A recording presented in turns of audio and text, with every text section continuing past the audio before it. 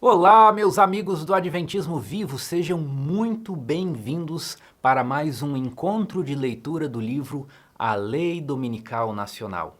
Temos mais uma parcela importante da defesa que a T. Jones fez perante a Comissão do Senado americano para examinarmos hoje. E é conveniente que nós façamos uma breve recapitulação dos tópicos que temos visto até aqui. O primeiro ponto da argumentação de A.T. Jones diz respeito à legitimidade do Estado. E para provar a legitimidade do Estado, ele se vale de dois argumentos diferentes. O primeiro deles é que o Estado é ministro de Deus, ou seja, o Estado tem uma legitimidade divina. E para demonstrar isso, ele cita, por exemplo, o episódio registrado em Mateus capítulo 22, verso 21, em que Jesus diz: "Dai a César o que é de César e dai a Deus o que é de Deus". E ele também faz referência a Romanos capítulo 13, em que está escrito que a autoridade é ministro de Deus, a autoridade é diácono de Deus. Então, essa é a forma dele demonstrar a legitimidade divina, religiosa do Estado. Mas A.T. Jones também lança a mão das teorias contratualistas, as teorias de pacto social, segundo as quais o Estado é formado a partir de um pacto social. E por que é importante? Porque desses dois fundamentos, tanto a legitimidade divina quanto a legitimidade decorrente do pacto social, ele vai retirar uma conclusão, de que o Estado é sim legitimado, mas nos limites em que ele foi constituído. Como assim? Se o Estado é legitimado por Deus, então deve-se observar os limites que Deus deu para o Estado. E então A.T. Jones vai argumentar: Deus não legitimou o Estado para se intrometer em todas as questões, apenas naquelas que dizem respeito ao bem-estar da sociedade e das relações entre um indivíduo e outro indivíduo, entre o seu próximo. Logo, o Estado não tem legitimidade para interferir na relação direta entre o indivíduo e Deus. Da mesma forma, ele vai usar esse raciocínio para tratar do contrato social. No contrato social, os fundadores do Estado estabelecem quais serão os limites de atuação do Estado. E esses limites de atuação determinados no pacto social, no contrato social, não envolvem, não abrangem a interferência do Estado nas questões religiosas. Então, dois fundamentos diferentes dos quais decorrem a mesma conclusão: a limitação do Estado para interferir nas questões religiosas. E nós prosseguimos a leitura para além desse ponto e vimos que o senador Blair opôs dois casos concretos, dois exemplos, para tentar minar a força desse argumento de A.T. Jones. O primeiro exemplo foi o da poligamia e o segundo exemplo foi das leis contra a blasfêmia, que foi o último assunto de que nós tratamos no vídeo 4. Então, agora no vídeo 5, nós vamos retomar brevemente o assunto das leis contra a blasfêmia, apenas para nos situarmos, nos contextualizarmos, e a partir desse ponto nós vamos prosseguir. Então, lembre-se, a última coisa que A.T. Jones estava falando é que o mesmo princípio das leis contra a blasfêmia era o princípio que legitimava, por exemplo, a perseguição dos romanos contra os cristãos e também a perseguição contra os missionários em terras pagãs. E para escancarar isso, A.T. Jones simula um diálogo entre um magistrado romano e um cristão. Vamos retomar a partir desse ponto. O magistrado diz assim para o cristão: "Você tem algum Deus particular, um Deus não reconhecido pelas leis romanas?" E o cristão responde: "Sim." E o magistrado: "Você não sabia que a lei é contrária a isso?" O cristão responde: "Sim." O magistrado diz: "Você não introduziu uma nova religião?" "Sim." E o magistrado novamente pergunta: "Você não sabia que por esta falta a penalidade é a morte para os que vêm da classe baixa?" O cristão responde: "Sim." O magistrado: "Você é da classe baixa?" "Sim." "Você apresentou uma nova religião?" "Sim." "Você tem um Deus próprio?" "Sim." "E qual é a penalidade?" E o cristão responde: morte. Então A.T. Jones passa a comentar: isso era tudo. Os romanos cumpriam a lei com os cristãos no início do cristianismo, e isso não significava perseguição, se for reconhecido o princípio de que o governo civil tem o direito de legislar sobre assuntos religiosos. Nesse caso, nada é perseguição religiosa, tudo é mero cumprimento da lei. Além disso, o império tinha uma aparente vantagem pelo fato de que a lei já existia antes de o cristianismo ser conhecido no mundo. O cristianismo surgiu em Roma como nada mais do que uma insurreição contra o poder imperial. Leis são feitas para serem cumpridas, e impor as leis era tudo que o império sempre fez, quer seja até o tempo de Constantino ou em qualquer outro período. Na verdade, tudo que o papado fez durante a Idade Média foi fazer com que os imperadores cumprissem a lei. Nossa posição aqui hoje é a mesma mantida pelos cristãos daqueles tempos. Minha defesa toca a raiz de toda essa questão. Em outras palavras, negamos o direito do governo civil de legislar a respeito de qualquer coisa que se relacione com nossos deveres para com Deus, com base nos 4 primeiros mandamentos, e afirmamos o princípio cristão e americano de que todo homem tem o direito de adorar a Deus segundo os ditames de sua própria consciência. E foi até aqui que nós avançamos no vídeo passado. Então, a página 41, quinto parágrafo, é a parte inédita que nós vamos começar agora. O princípio que os cristãos defendiam era o de dar a César o que é de César e de negar o direito de César de exigir qualquer coisa que pertença a Deus. Eles deram a vida em defesa desse princípio, contra a lei do Império Romano e contra a própria existência do Império Romano. Esse princípio foi reivindicado e mantido até que o Império Romano foi forçado, a despeito de todo o seu poder, a reconhecer o direito de cada pessoa de ter um Deus particular e de adorá-lo segundo sua escolha. O Império Romano chegou a esse ponto nos dias de Constantino e Licínio. Com a morte de Galério, os imperadores Constantino e Licínio, no Edito de Milão, decretaram que todos teriam a liberdade de ter o Deus que desejassem e de adorá-lo da forma que bem entendessem. Mas foi o princípio cristão que forçou o Império Romano a chegar a esse ponto, mesmo em face de suas leis e instituições centenárias. Então, a T. Jones está falando que esse princípio de interferência do Estado na prática religiosa dos cidadãos era considerado injusto pelos cristãos. E como eles resistiam e descumpriam as regras que os proibiam de exercer a religião cristã, eles conseguiram, mediante a resistência, o reconhecimento do império. E esse reconhecimento se deu no Edito de Milão, que concedeu liberdade religiosa aos cristãos. Muito bem, eu estou aqui com a lição dos jovens, que trata do tema da liberdade religiosa, e esse assunto do Edito de Milão foi tratado brevemente aqui na lição. Mas eu gostaria de novamente rebuscar esse assunto, porque ele é importante para a compreensão do assunto da liberdade religiosa de que nós estamos tratando aqui. Ele não vai impactar tanto a compreensão do texto do livro, a Lei Dominical Nacional, mas ele é muito útil para a nossa cultura geral, para a interpretação do livro do Apocalipse e para também uma formação cultural nossa que nos torne mais aptos para tratar desse assunto da liberdade religiosa. Então, nós vamos demorar alguns minutos aqui falando desse Edito de Milão. E vamos para a tela ver as informações. Tradicionalmente se diz que foram em número de 10 as perseguições gerais dos romanos contra os cristãos, começando com o imperador Nero no ano 64 e indo até o imperador Diocleciano e também os seus sucessores. Seria a 10ª perseguição, que durou 10 anos e corresponde à grande perseguição, a mais intensa perseguição de caráter religioso contra os cristãos. E é interessante notar que essa 10ª perseguição, que começou sob Diocleciano, ela está inclusive prevista no livro de Apocalipse. A carta à igreja de Esmirna, em Apocalipse capítulo 2, verso 10, diz assim: Não temas as coisas que tens de sofrer. Eis que o diabo está para lançar em prisão alguns dentre vós, para ser dispostos à prova, e tereis tribulação de 10 dias. Essa é a expressão relevante aqui.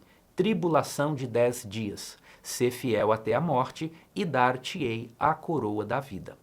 Como o tempo profético é melhor compreendido pelo princípio do dia-ano, segundo o qual um dia profético equivale a um ano literal, essa predição de Apocalipse 2, verso 10, de tribulação de 10 dias proféticos, equivale a uma tribulação de 10 anos literais. E quando nós buscamos o cumprimento histórico, nós encontramos esse cumprimento na perseguição que se iniciou sob Diocleciano em 303 depois de Cristo e durou até 313 depois de Cristo.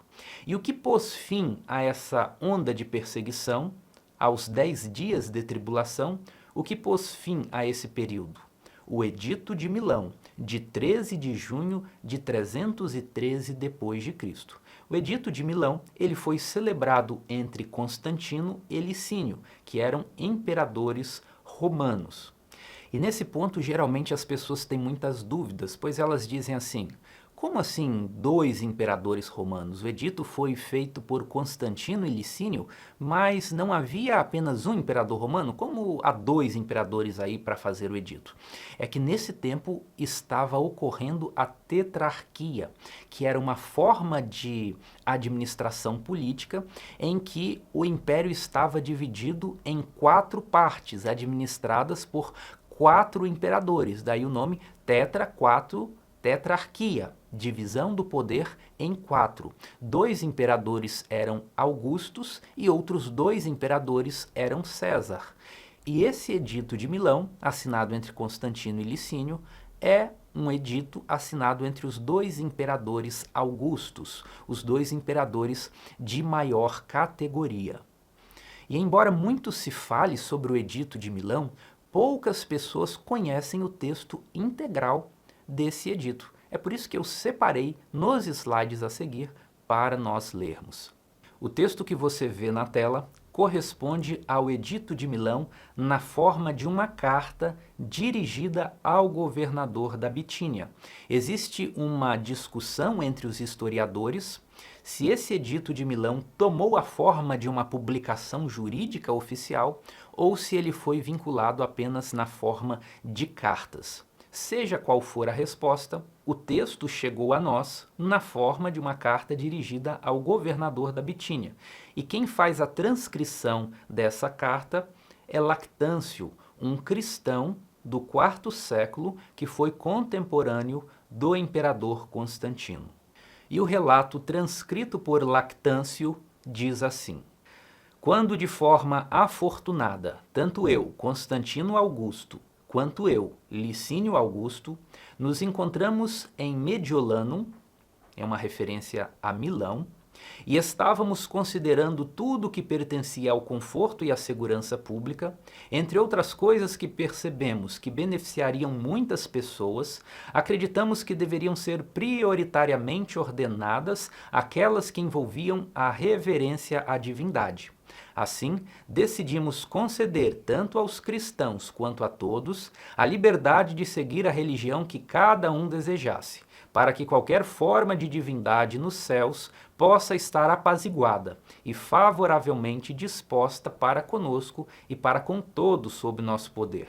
Portanto, acreditamos ser sábio e extremamente razoável adotar a política de que ninguém deve ser privado da liberdade de dedicar-se à observação do cristianismo ou da religião que julgar mais adequada para si, para que a suprema divindade, a quem servimos com liberdade de espírito, possa nos conceder seu favor e benevolência habituais. Assim, é adequado que Sua Excelência, quem é essa excelência? O governador que estava recebendo a carta dos imperadores. Assim, é adequado que Sua Excelência, Saiba que nos agradou remover todas e quaisquer condições que, em decretos anteriores acerca dos cristãos, pareciam injustas e contrárias à nossa clemência. Agora, qualquer pessoa que deseje praticar a religião cristã pode fazê-lo livre e abertamente, sem sofrer inquietação ou molestamento. Achamos importante informar detalhadamente sobre isso a Sua Excelência, o governador, para que saiba que concedemos aos cristãos a liberdade e a permissão irrestritas para praticar sua religião. Ao perceber que concedemos isso a eles, Sua Excelência também entenderá que concedemos da mesma forma a outras religiões a liberdade para praticarem seu culto aberta e livremente, pela paz de nosso tempo, para que cada um tenha a liberdade de adorar como desejar. Essa decisão foi tomada para que não pareça que diminuímos o respeito por qualquer outra honra ou religião. Então, a primeira parte do Edito de Milão estende liberdade religiosa a todas as pessoas, com destaque aos praticantes do cristianismo, e diz que os governadores, ou seja, aqueles que estavam em condição de executar as normas, deveriam agir de tal maneira a remover qualquer obstáculo, qualquer importunação aos cristãos. Agora nós vamos ler a segunda parte do Edito de Milão, que trata da devolução das propriedades que foram perdidas. O texto diz assim: além disso, consideramos apropriado especificar, no caso dos cristãos, que se alguns locais onde costumavam se reunir foram anteriormente comprados por alguém de nosso tesouro ou de qualquer outra pessoa, esses locais devem ser devolvidos aos cristãos sem custo, sem exigência de compensação e sem qualquer tipo de fraude ou engano. Aqueles que adquiriram tais locais por doação também devem devolvê-los imediatamente aos cristãos. Além disso, tanto os que compraram quanto os que receberam por doação, se buscarem alguma compensação de nossa benevolência, devem apelar ao vigário, de modo que também possam ser atendidos por nossa clemência. Todos esses bens devem ser entregues imediatamente à comunidade cristã por sua intercessão e sem demora. Então, nas perseguições que antecederam ao Edito de Milão, as propriedades dos cristãos eram expoliadas. Então imagine perder a sua casa, imagine perder o seu campo de plantação, mas com o Edito de Milão, essas propriedades deveriam ser devolvidas gratuitamente e sem condições e sem exigências aos donos ou aos descendentes dos donos que foram expoliados. E o Edito de Milão também vai tratar das propriedades que pertenciam às comunidades cristãs, às igrejas. Veja o parágrafo seguinte. E visto que os cristãos são conhecidos por possuir não apenas esses locais de reunião, mas também outros bens pertencentes a eles como corpo da igreja, e não a indivíduos, você deve ordenar que todos esses bens, conforme descrito acima, sejam devolvidos sem hesitação ou controvérsia aos cristãos, isto é, ao corpo e às suas assembleias, garantindo que aqueles que devolverem esses bens sem custo, como mencionado, possam esperar por uma compensação de nossa generosidade. Ou seja, o Estado romano pagaria uma indenização a quem estivesse em posse de uma propriedade cristã, mas que a estivesse devolvendo ao seu legítimo possuidor. Em todas essas questões, você deve oferecer sua intervenção mais eficaz à comunidade cristã, está falando para o governador, para que nosso comando seja cumprido o mais rapidamente possível, garantindo assim por nossa clemência a ordem pública. Isso deve ser feito para que, como mencionado anteriormente, o favor divino para conosco, que já experimentamos em grandes questões, possa continuar a prosperar nossos sucessos e o bem-estar público em todos os tempos. E é engraçado ou curioso que sempre a justificativa do Edito de Milão é receber o favor dos deuses, garantindo liberdade aos adoradores. E por fim, o edito termina dizendo assim: para garantir que a declaração deste decreto de nossa boa vontade seja conhecida por todos, é apropriado que, através de sua proclamação, este texto seja exposto em todos os lugares e trazido ao conhecimento de todos, para que a sanção desta nossa benevolência não possa ser escondida. E isso aparece no capítulo 48 do livro de Lactâncio, chamado De Mortibus Persecutorum, em uma tradução para português, A Morte dos Perseguidores. E por que nós acabamos de fazer toda essa reconstrução histórica? Porque aqui no livro A Lei Dominical Nacional, A.T. Jones menciona o Edito de Milão. E o ponto que ele quer trazer é que foi a resistência dos cristãos às leis contra a blasfêmia do Império Romano que culminaram no Edito de Milão, ou seja, os cristãos resistiram, até que a liberdade religiosa foi concedida não apenas a eles, mas a todas as pessoas, a todos os adoradores de diferentes deuses, no Edito de Milão. Agora vamos seguir a nossa leitura. Nossa Constituição Federal incorpora cada princípio anunciado por Jesus Cristo, ou seja, que o governo civil não deve se envolver em coisa alguma ligada à religião, ou com aquilo que pertença a Deus, mas deve deixar esse assunto para que cada indivíduo decida entre si e Deus, segundo sua própria consciência. Se ele for um bom cidadão, a nação o protegerá e o deixará completamente livre para adorar a quem ele quiser, quando quiser e como quiser, ou mesmo não fazer adoração alguma, se assim desejar. E agora, no próximo parágrafo, A.T. Jones vai usar uma argumentação mais jurídica, apelando para a Constituição dos Estados Unidos. No artigo 6º da Constituição dos Estados Unidos, é dito que nenhum teste religioso jamais será exigido como requisito para qualquer função ou cargo de confiança pública nos Estados Unidos. E por que existe essa disposição na Constituição dos Estados Unidos? Já falamos disso aqui na lição dos jovens que está tratando do assunto da liberdade. Por quê? Quando os pais peregrinos migraram da Inglaterra para os Estados Unidos, nas primeiras colônias, para o exercício de cargo público, era exigida a filiação à igreja e também a frequência aos cultos. Então, na Constituição dos Estados Unidos, para formar a União das Colônias, a União dos Estados, eles avançaram no assunto da liberdade religiosa e falaram: para o exercício de cargo público não será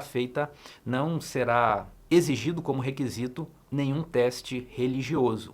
E o que A.T. Jones quer dizer ao citar esse dispositivo da Constituição? Ele quer evidenciar que o espírito da Constituição dos Estados Unidos é fazer separação entre igreja e Estado. Mas vamos deixar ele avançar.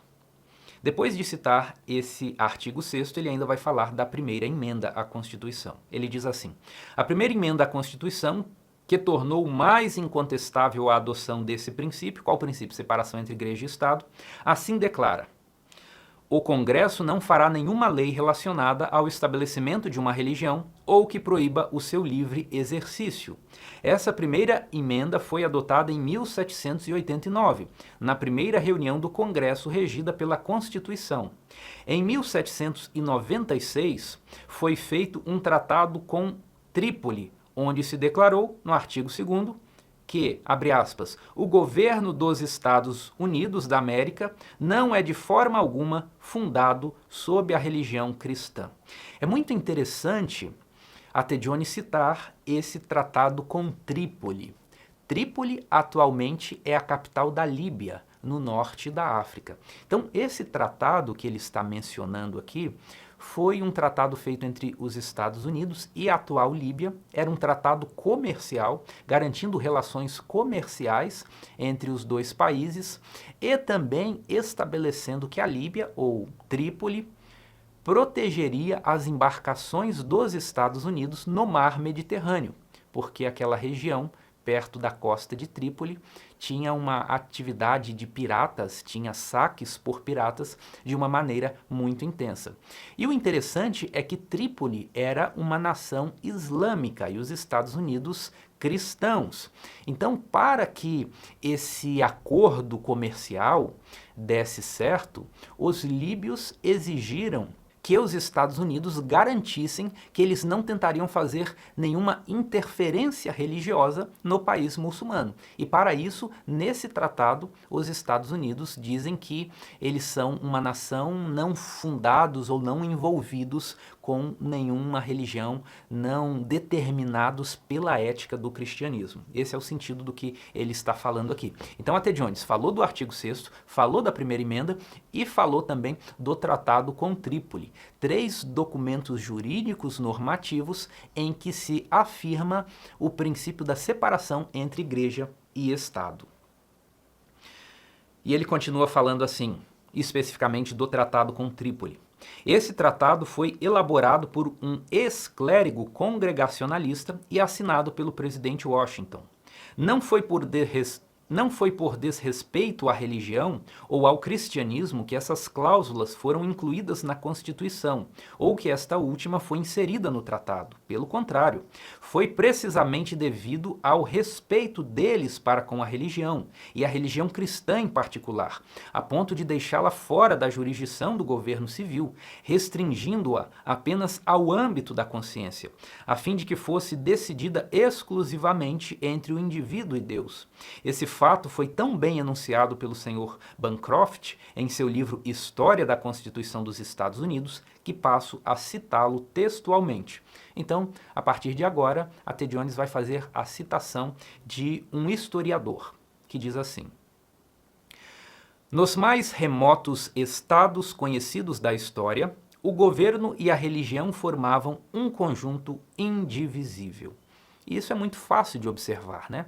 Em todas as civilizações, mesmo aquelas mais antigas citadas na Bíblia, como Babilônia, Medo-Pérsia, por exemplo, Estado e religião andavam de mãos dadas.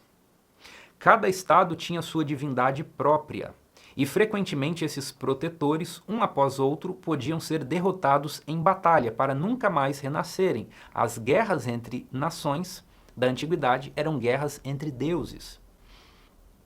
A Guerra do Peloponeso, por exemplo, surgiu de uma contenda por causa de um oráculo, Roma, que por vezes concedia cidadania àqueles aos quais derrotava, introduzia igualmente, seguindo a lógica corrente daquela época, a adoração de seus deuses. Ninguém havia pensado em defender a religião de acordo com a consciência do indivíduo, até surgir uma voz na Judéia, que inaugurou a maior época na vida da humanidade, ao estabelecer uma religião pura, espiritual e universal para toda a humanidade, e ordenou que se desse somente o que pertencia a César. Essa regra foi mantida nos primórdios do Evangelho para todos os homens. Assim que essa religião foi adotada pelo líder do Império Romano, ela perdeu seu caráter de universalidade e tornou-se escrava de uma conexão profana com o Estado profano.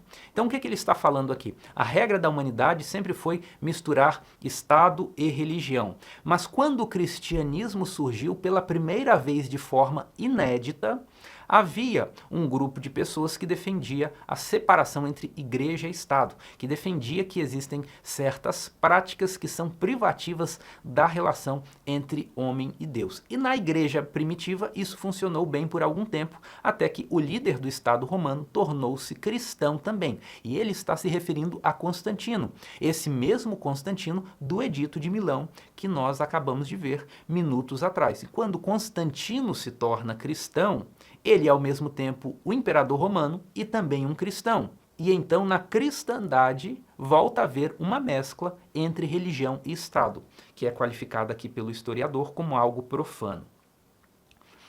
E assim aconteceu até que a nova nação, a que menos se poluiu com as infrutíferas zombarias do século XVIII, uma referência à Revolução Francesa, cuja crença geral no cristianismo superava a de qualquer outro povo da época, a principal herdeira da reforma em sua forma mais pura, está falando dos Estados Unidos, quando se reuniu para estabelecer o governo dos Estados Unidos, recusou-se a tratar a fé como um assunto a ser regulamentado por um corpo governamental, ou cujo dirigente fosse o monarca ou o próprio Estado. Eu gosto muito dessa linguagem de Bancroft, eu acho muito elegante e pomposo o jeito que ele escreve. Ele apresenta os Estados Unidos como a nação que é guardiã do cristianismo, a nação que é herdeira da reforma. E quando essa nação teve a oportunidade de se manifestar politicamente, ela opta pela separação entre igreja e Estado, por um Estado laico. E ele continua aqui citando o historiador Bancroft. A nova nação, os Estados Unidos, reivindicando o direito de individualidade, mesmo na religião, e sobretudo na religião, atreveu-se a dar o exemplo de aceitar em suas relações com Deus o princípio primeiramente ordenado por Deus na Judéia. Ou seja, os Estados Unidos estão restaurando o que Jesus Cristo ensinou, a separação entre o que é de César e o que é de Deus. Ela deixou a gestão das coisas temporais para o poder temporal, ou seja, o poder civil, o governo. Mas a Constituição americana, em harmonia com as pessoas de todos os estados, reteve do governo federal, ou seja, retirou do governo federal, o poder de invadir a residência da razão, a cidadela da consciência, o santuário da alma. Tal postura não foi fruto de indiferença, mas refletia o desejo de que o infinito Espírito da verdade eterna se movesse em sua liberdade, pureza e poder. Ou seja, a Constituição dos Estados Unidos, ao determinar que o Estado não devesse interferir em questões religiosas, não fez isso por acaso, mas sim mediante muita reflexão para proteger o ideal de liberdade religiosa. E a T. Jones, então, acabou de citar Bancroft e vai fazer o seu comentário. Neste momento, quero lhes apresentar o segundo princípio em que fundamentamos nossa oposição a leis dominicais ou a qualquer outra forma de legislação religiosa. Então veja, nós já vimos qual é o primeiro princípio. O primeiro princípio em que a T. Jones fundamentou sua argumentação é a legitimidade do Estado, legitimidade que vem tanto de Deus quanto do pacto social. E desses dois fundamentos da legitimidade, ele fez decorrer a conclusão de que o Estado só pode exercer o poder nos limites que lhe foi dado. E os limites que foram dados ao Estado não abrangem a interferência nas questões religiosas. Agora ele vai inovar e trazer mais um argumento. Qual argumento é esse? Continuação da página 43, segundo parágrafo. Refiro-me ao princípio da Constituição dos Estados Unidos e sobre esse princípio mantenho que essa proposta de lei dominical é inconstitucional. O segundo argumento de A.T. Jones é jurídico. É o argumento de que o projeto de lei dominical nacional é inconstitucional. Bem, eu sei que há muitos estudantes de direito que acompanham os vídeos, talvez existam também profissionais da área do direito que estejam assistindo, mas em atenção àqueles que não possuem uma formação jurídica, nós vamos dedicar alguns minutos também a explicar o que seria algo inconstitucional, porque a lei seria inconstitucional. E para entendermos isso, nós vamos estudar um pouco sobre a hierarquia das normas dentro de um sistema jurídico da modernidade. O gráfico que aparece na tela é conhecido como pirâmide hierárquica das normas jurídicas. E na parte superior está a Constituição. O que é uma Constituição? A Constituição é a lei fundamental de um Estado. E por que ela é chamada de lei fundamental? Ela é fundamental no sentido de ser o fundamento, no sentido de fundar o Estado, no sentido de originar o Estado. Sem haver Constituição, não existe Estado. Ou seja, se não fosse a Constituição da República Federativa Brasileira, não existiria o país Brasil. É a Constituição que funda, é a Constituição que origina um país, um Estado. É por isso que ela é chamada de lei fundamental de um Estado. A Constituição rege sua organização político-jurídica, ou seja, ela diz como o poder vai ser utilizado e como vai ser aplicado às questões concretas. A Constituição trata das seguintes matérias: sistema de governo, se o governo vai ser parlamentarista ou presidencialista. A Constituição trata da forma de governo, se vai ser uma monarquia, se vai ser uma república. E a Constituição também trata da forma de Estado, se vai ser um Estado federal ou se vai ser um Estado unitário. A Constituição disciplina como serão os órgãos que integram a estrutura, as competências desses órgãos, a aquisição e exercício de poder. A Constituição trata das limitações ao poder do Estado e também dos direitos e garantias dos cidadãos desse Estado. E dentre todas essas matérias que são abordadas em todas as constituições, independentemente do país, o que nós destacamos são esses termos grifados em azul. A Constituição trata da competência dos órgãos que integram a estrutura de um país, a Constituição trata das limitações ao poder do Estado e dos direitos e garantias dos cidadãos desse Estado. Por que nós destacamos isso aí? Porque serão os elementos que a T. Jones vai invocar para usar o seu argumento de inconstitucionalidade do projeto de lei dominical nacional. Então, o que significa a competência de um órgão? Significa o que ele pode fazer com base na Constituição e nas leis. Então, pense, por exemplo, em um juízo criminal. Ele tem competência para julgar assuntos relacionados a crimes, mas ele não tem competência para avaliar se um funcionário recebeu o seu FGTS corretamente. Isso é competência, o que um órgão pode fazer. O que significa a expressão limitações ao poder do Estado? Faz referência àquelas coisas que o Estado não pode fazer. Por exemplo, o Estado não pode tomar a propriedade de alguém sem um processo de desapropriação. E os direitos e garantias dos cidadãos são aquelas prerrogativas que a pessoa tem independentemente de fazer qualquer coisa. São as prerrogativas que lhe são inatas simplesmente por ser humana e por ser cidadã de um certo Estado. São esses os elementos que a T. Jones vai usar na sua argumentação adiante. Ainda olhando para o gráfico da hierarquia das normas, nós percebemos que a Constituição está lá no ápice, mas abaixo dela, nos estamentos inferiores, existem outras normas. Por exemplo, no segundo escalão estão as leis. E um exemplo de lei muito bem conhecida é o Código Civil. Ele trata de contratos, de negócios jurídicos, ele trata de dano moral, de juros, de doação, de empresas, de sócios, de propriedade privada, de casamento, divórcio, divisão de bens do casal, de herança. É uma lei. E essa lei, por estar num estamento inferior, abaixo da Constituição, ela deve respeitar a Constituição. Essa lei não pode determinar nada que seja contrário à Constituição. Por exemplo, a Constituição diz que a propriedade privada é um direito.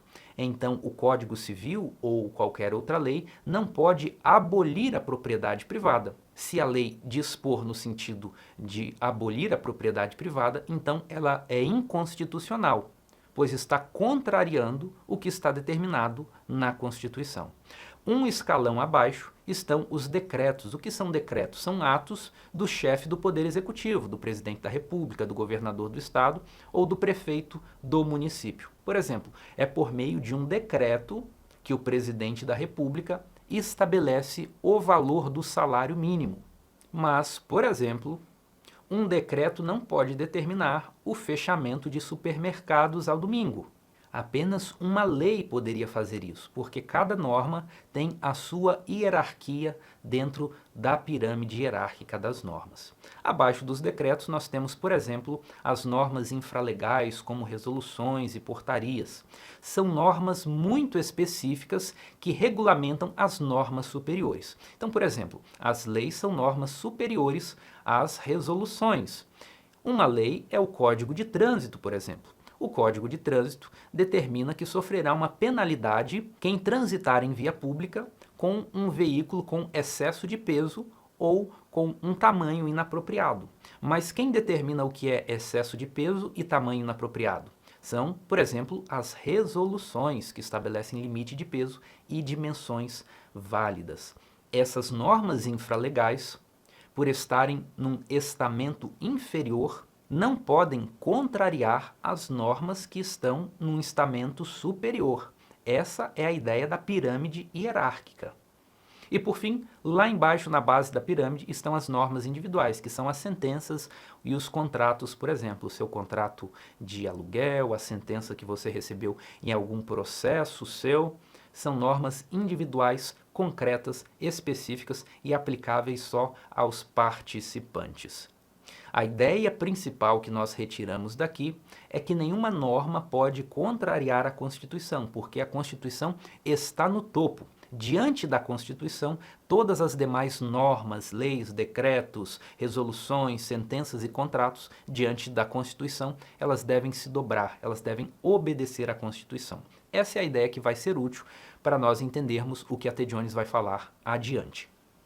Então, retomando o argumento que ele apresenta aqui na página 43, segundo parágrafo, ele diz assim: neste momento quero lhes apresentar o segundo princípio em que fundamentamos nossa oposição a leis dominicais ou a qualquer outra forma de legislação religiosa.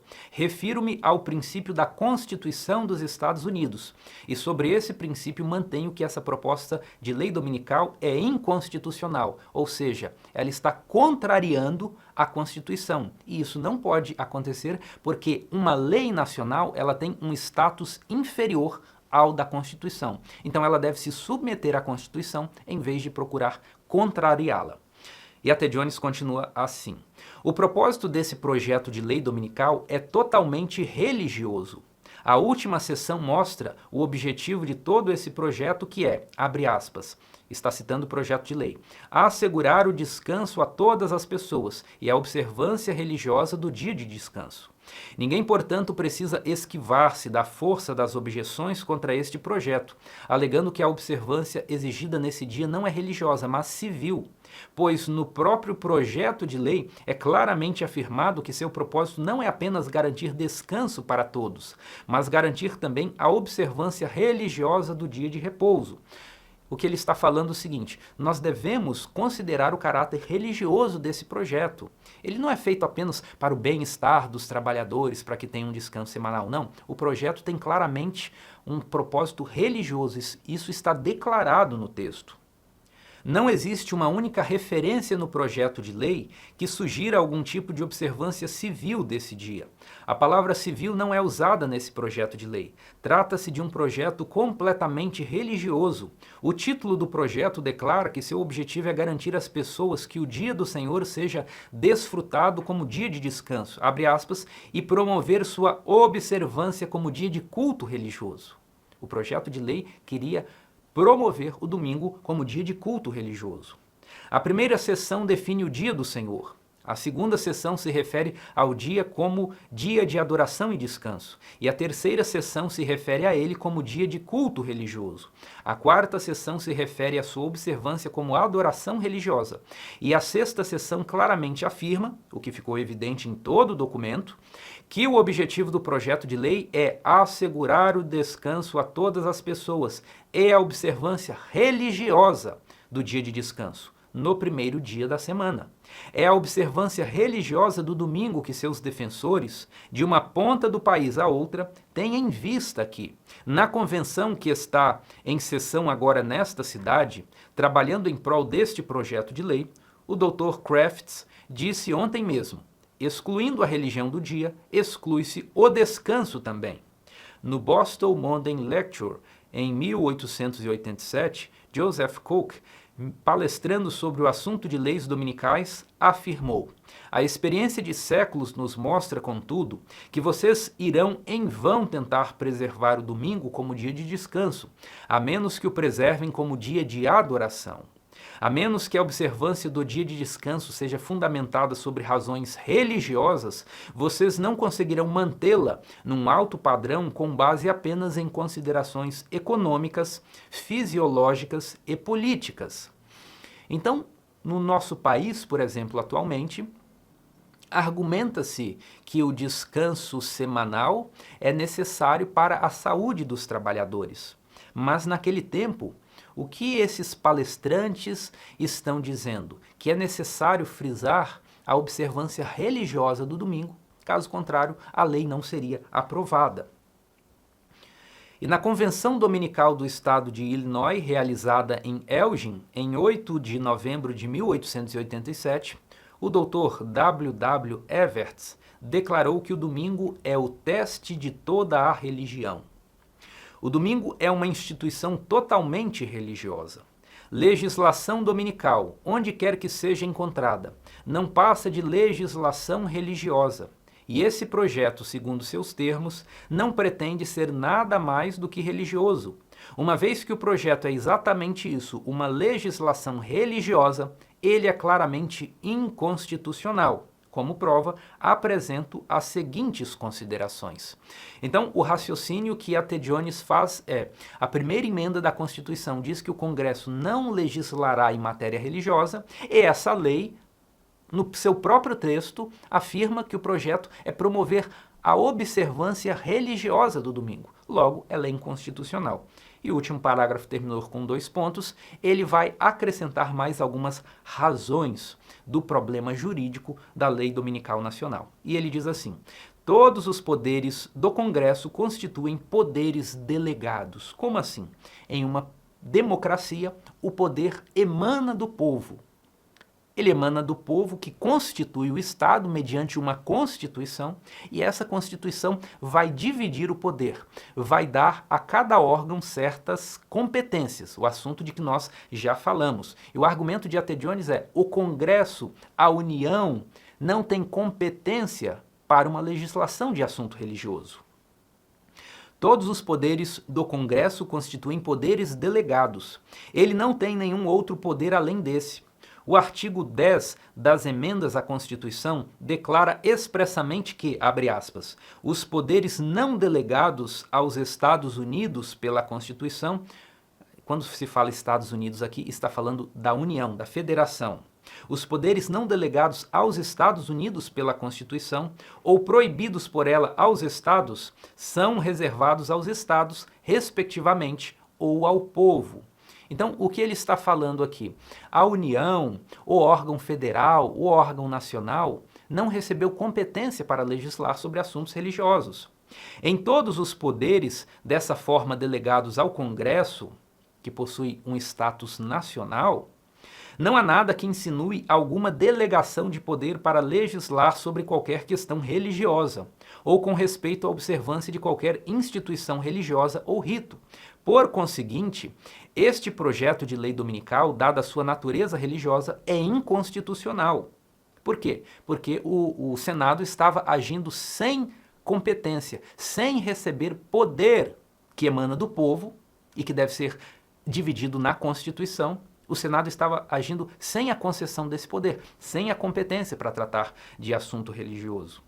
Pelo fato de o domingo ser uma instituição religiosa, qualquer legislação feita pelo Congresso concernente à sua observância será inconstitucional enquanto a Constituição dos Estados Unidos da América permanecer tal como é agora. Isso não é tudo. A nação não foi deixada em dúvida quanto a ser intencional ou não esta omissão na Constituição no que diz respeito a essa delegação de poder. A primeira emenda da Constituição, ao declarar, abre aspas, que o Estado não fará nenhuma lei relacionada ao estabelecimento de uma religião ou que proíba o seu livre exercício, mostra que a omissão em delegar esse poder foi intencional. E essa intencionalidade se tornou enfática ao se proibir de forma absoluta que o Congresso exercesse qualquer poder no que diz respeito à religião. É impossível elaborar uma lei de natureza religiosa que não venha a proibir o livre exercício da religião. Portanto, a primeira emenda da Constituição proíbe absolutamente o Congresso de criar qualquer lei referente a qualquer assunto religioso ou a observância de qualquer rito ou instituição religiosa. E ele continua assim: além disso, a Associação para a Reforma Nacional reconhece, e tem sustentado isso por 25 anos, a inconstitucionalidade da elaboração de leis dominicais por parte do Congresso. Todavia, a Associação para a Reforma Nacional é uma das instituições mais proeminentes em insistir nesse projeto de lei. A partir desse momento, A.T. Jones passa a expor a hipocrisia de alguns agentes, de algumas organizações, de alguns protagonistas que estavam arregimentando um apoio para a aprovação do projeto da Lei Dominical Nacional. E a primeira instituição a que ele faz referência é essa Associação para a Reforma Nacional. ela por muitos anos sustentou a inconstitucionalidade de projetos que versassem sobre religião, em atenção à primeira emenda da Constituição, mas nesse caso concreto, essa associação estava apoiando a aprovação do projeto de lei dominical nacional. Então, a T. Jones está evidenciando a hipocrisia, essa falta de parâmetro dessa associação. E ele continua assim: e o secretário dessa associação se levantou hoje para pleitear sua aprovação. Isso só mostra que eles estão conscientemente desejosos de recorrer a um expediente inconstitucional para garantir o ambicionado poder a que aspiram a fim de alcançar seus propósitos. A T. Jones está argumentando que eles só reconhecem a inconstitucionalidade quando é para o benefício deles. Mas quando é para algo que está alinhado com os seus propósitos políticos, os seus ideários de organização social, nesse caso eles ignoram a inconstitucionalidade de certa matéria. E para eles está tudo bem. A T. Jones está falando, não é porque lhes falta conhecimento, mas porque eles agem de maneira dúbia e não aplicam a todas as coisas o mesmo princípio, ou seja, eles são hipócritas. Quanto ao Dr. Crafts e seus companheiros de trabalho, se sabem ou não que esse é um ato inconstitucional, não podemos dizer. Nos anúncios da Convenção da Lei Dominical Nacional, 11 a 13 de dezembro de 1888, que está sendo realizada nesta cidade, declarou-se que a igreja onde a convenção deveria se reunir estaria ornamentada com os nomes de 6 milhões de peticionários. Contudo, no início do primeiro encontro, foi declarado que havia 14 milhões de nomes ali. Foi feita uma pergunta questionando a razão pela qual o número, de repente, havia crescido tanto. A senhora Baterham foi chamada novamente à plataforma para responder à pergunta. E ao responder, explicou que a causa do crescimento repentino e numeroso se explicava pelo fato de o cardeal Gibbons ter escrito uma carta endossando o projeto de lei. E somente pela força de seu nome, 7.200.000 católicos foram contados como peticionários. Esse cardeal Gibbons foi um sacerdote católico dos Estados Unidos muito popular, porque ele tinha um destaque muito grande em causas sociais, principalmente na luta pelos direitos dos trabalhadores. Então, o que ele está dizendo aqui? O apoio ao projeto de lei dominical nacional aumentou muito quando o cardeal Gibbon manifestou publicamente o seu apoio a esse projeto de lei. Só que o que a T. Jones vai falar agora é que novamente a hipocrisia se manifestou na forma como usaram a figura do cardeal Gibbons. Veja o seguinte: essa não foi uma resposta satisfatória à questão, visto que a carta do cardeal não autoriza o tipo de uso que se fez dela. Pelo menos, muito do que veio a público não tem o seu endosso. A carta como um todo não se tornou pública ali, pois, como disse o Dr. Crafts, ela era destinada à comissão do Senado. Ela foi colocada sobre a mesa hoje, mas a maior parte dela que foi lida referia-se simplesmente à ação do Conselho de Baltimore, ao ordenar uma observância mais estrita do domingo.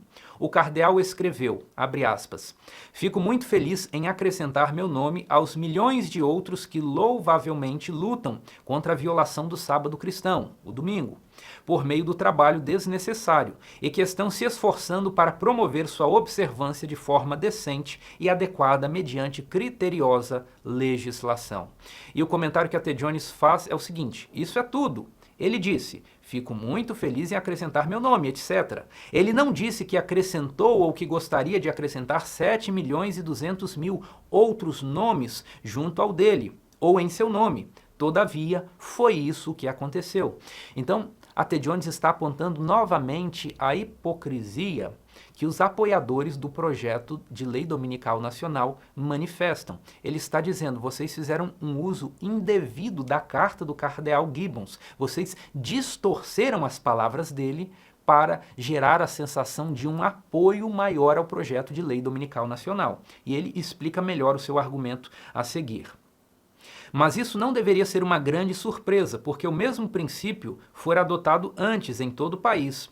Se eles conseguiram fazer com que 100 petições virassem 500 e que 240 petições virassem 240 mil petições, era perfeitamente fácil e inteiramente consistente fazer com que uma petição se tornasse em 7.200.001. Isso também era perfeitamente consistente com um princípio em outro ponto. A petição diz, abre aspas, nós, abaixo assinados, adultos residentes dos Estados Unidos, com 21 anos de idade ou mais, por este meio fazemos a petição, etc. Ao apresentar essa contagem de 7.200.000 peticionários em favor da lei dominical, eles asseguraram que todos esses eram católicos, de 21 anos de idade ou mais. Mas não há um homem sequer naquela convenção e não há uma mulher sequer na União de Temperança Cristã da Mulher que não saiba que não há tantos católicos assim nos Estados Unidos de 21 anos de idade ou mais.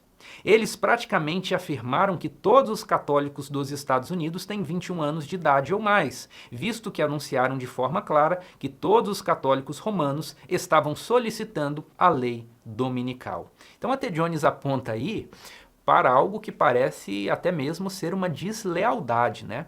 Eles citam números de apoiadores que não parecem corresponder aos números reais de católicos nos Estados Unidos. O que a T. Jones quer demonstrar com isso aí é que não existe um apoio tão grande assim para a lei dominical nacional, porque ela é explicitamente inconstitucional.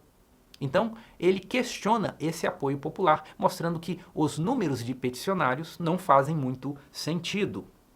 E ele continua assim: mas como haviam assegurado a mesma coisa acerca das igrejas protestantes em todo o país, por que não poderiam ir além e incluir da mesma forma todos os católicos romanos? Ou seja, ele está acusando aqueles que estavam organizando as petições para aprovação do projeto da lei dominical, de terem fraudado o número de apoiadores, tanto da parte dos protestantes quanto da parte dos católicos. Eles podiam afirmar isso tão honestamente quanto podiam afirmar aquilo, ou seja, o número dos protestantes e o número dos católicos. Quando homens e mulheres, confessando-se cristãos protestantes, chegam ao ponto de carregar a Igreja Católica com eles, não é de espantar se estiverem dispostos a recorrer a meios inconstitucionais para fazer com que seu zelo religioso se torne eficaz numa legislação nacional. E aqui a fala de A.T. Jones é bastante ácida, né?